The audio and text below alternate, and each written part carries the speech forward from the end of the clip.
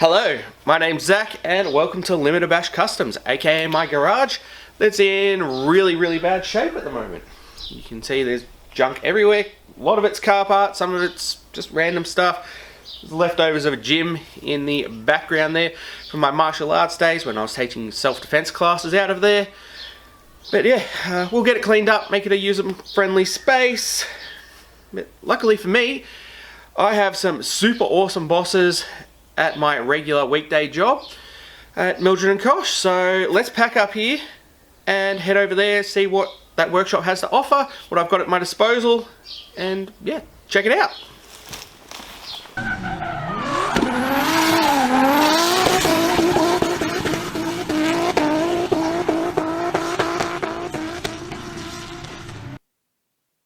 Welcome to Mildred & Koch Corryong, my regular workplace Monday to Friday.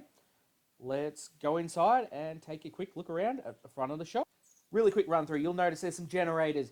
We have some trailer parts. We have motorbike gear. We have little spray pumps. We have water pumps.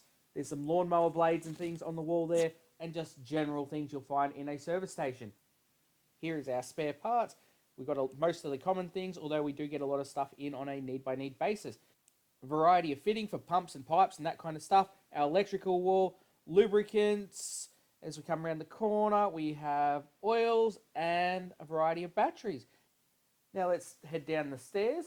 And before we take a look through the workshop, we're just going to head around the corner where you'll see there is a wide variety of Castrol oils that we use in the workshop. And on the shelving next to that, there is all the parts that have been designated to upcoming jobs. And if you have a quick look in the office, you'll see one of my bosses who's hard at work playing some solitaire. So notice on the wall there we have VACC accredited, as well as we can do Victorian and New South Wales roadworthies. Now let's head into the workshop. So as we come into the shop here, you'll notice this first blue toolbox. It's our diagnostic station we're just putting together recently. It's got an exhaust gas analyzer, a scope, and numerous other things for diagnosing problems with cars. You'll notice our 4-post hoist as well as wheel alignment machine in front of it. As we swing around, there's a number of bulk engine oils. We have two 2-post hoists, which you can see there are currently cars on.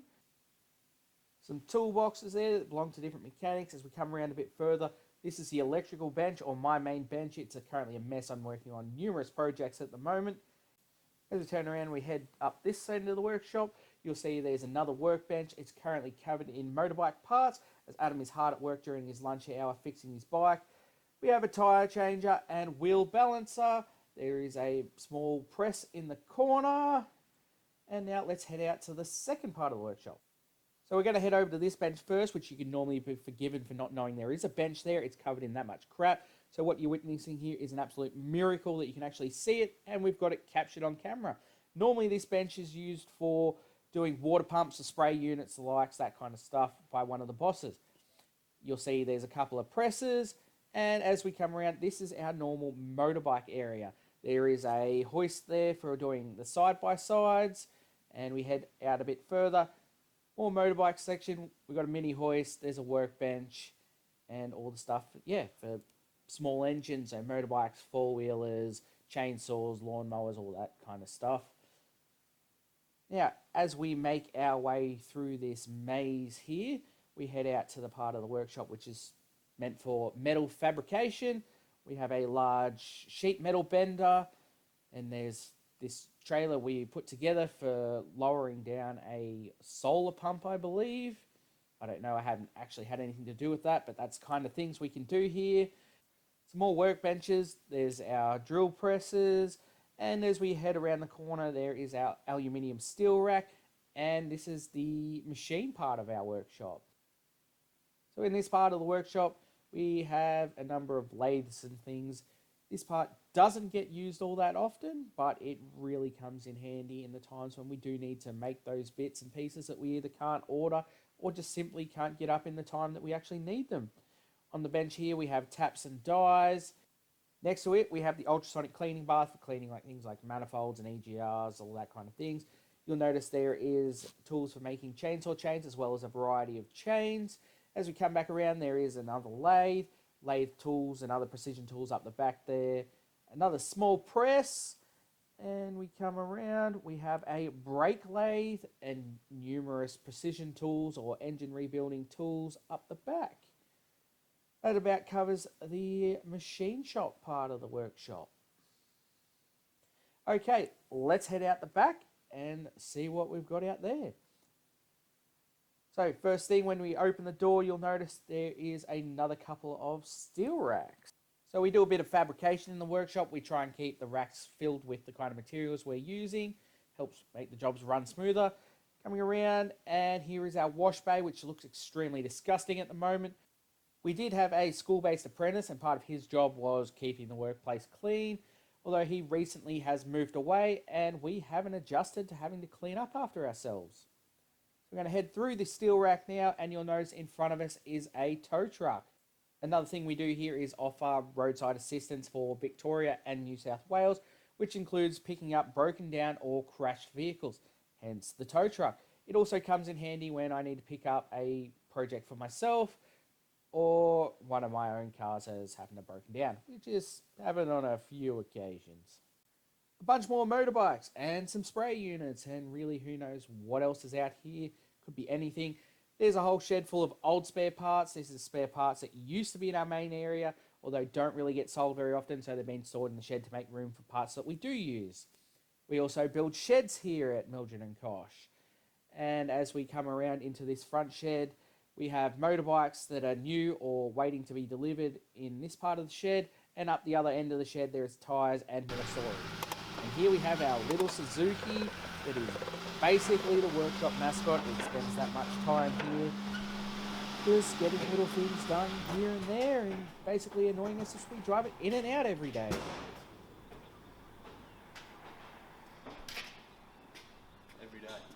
Now let's check out some upcoming projects. As you can see behind me, there is a lot of cars, and this is only a fraction of them. Most of these are not mine. However, a few of them are, all projects that I'm working on. So we're going to start by taking a quick look at the ones that I'm already working on, and upcoming episodes are on their way. So first one up is the old Holden HZ Ute.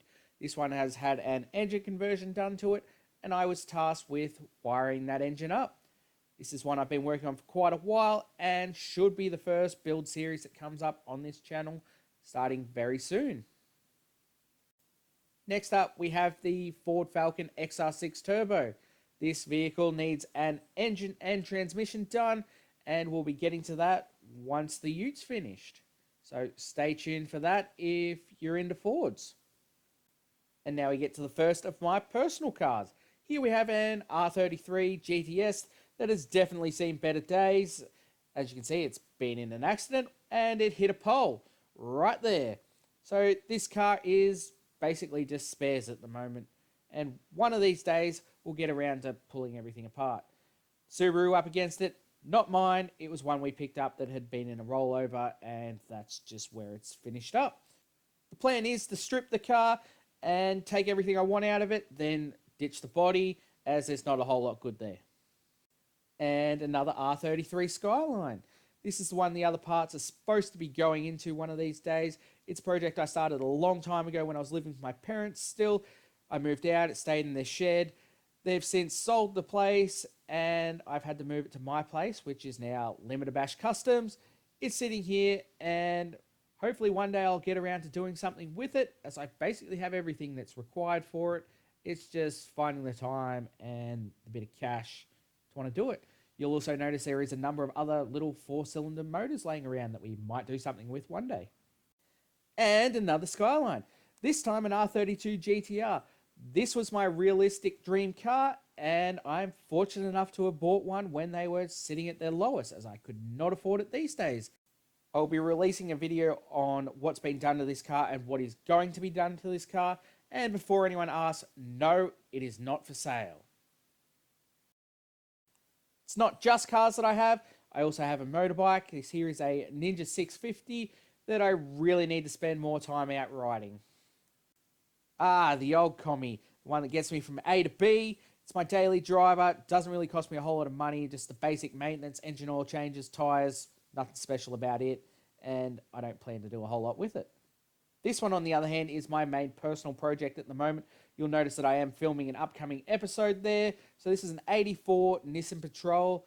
I will be putting out an episode explaining what's been done to this car, and there'll likely be a future build series on it. So we head out the backyard at Mildred and Kosh.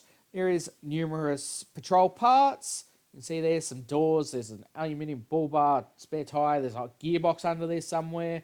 And what's this? More cars. These two right here. We'll start with the Ford. This is just a standard Ford Falcon, nothing special. This belongs to my old man. You'll notice there is a huge dent down the side. So this car is in my possession at the moment because he's in northern New South Wales and hasn't been able to get back to pick it up. I originally had the car to do some basic work on it, some servicing. All that was done ages ago, and one of these days he will come pick it up. In the meantime, it comes in handy if I ever need to pick anything up or was doing any camping trips before I had the Patrol going. And next to it is my Holden Jackaroo. This car I picked up that had a few problems, and well, it's still sitting here. I will put out a video of what's happened to that and why it is still sitting right here. The Subaru WRX. Unfortunately, this car isn't mine, and it also still isn't running. I've spent at least 50 hours trying to get this thing up and running properly, but every time I seemed to fix something, it came up with another problem or two, and the owner just decided he'd had enough of spending money on it. So it's been parked out the back, and unfortunately, never got back on the road. I will be doing a single episode explaining why the car came to me in the first place and everything that I've done to it, and basically why it's still sitting here not running properly. So stay tuned for that. Oh look, another Skyline. This one here is an R30 Skyline. I picked it up for a slab of beer, and as you can see, it's been attacked by spray paint. It was basically just used as a paddock basher out at my parents', and it copped a lot of abuse. The engine has been hot. I don't know if any damage or that's been done to it, but one day we might get to it. We'll see what happens. And lastly, we have my Nissan Pulsar. I bought this car for like $400 to do something stupid. However, before I could do that, my sister was in need of a car, so I installed a stereo, like 8 speakers or something, upgraded the rear brakes from drum to disc, did a sports exhaust and a bunch of other things. However, she then bought another car, and it's kind of sat here ever since. One of these days, I might get around to putting it to its intended use and doing something stupid with it. We'll just have to wait and see. But if I do, I'll be sure to catch it on camera and upload it for all you guys to enjoy. So that there is most of the cars I've got in my possession, whether they're mine or belong to someone else, and ones that I've been working on. But yeah, most of them hopefully should have something done. I'm going to make a few little videos on why some of those cars are here and not being worked on, and the others will be full build videos, such as the HZ and the XR6. So I hope you enjoyed this video and that you like and subscribe so you can check out all the future content we have coming.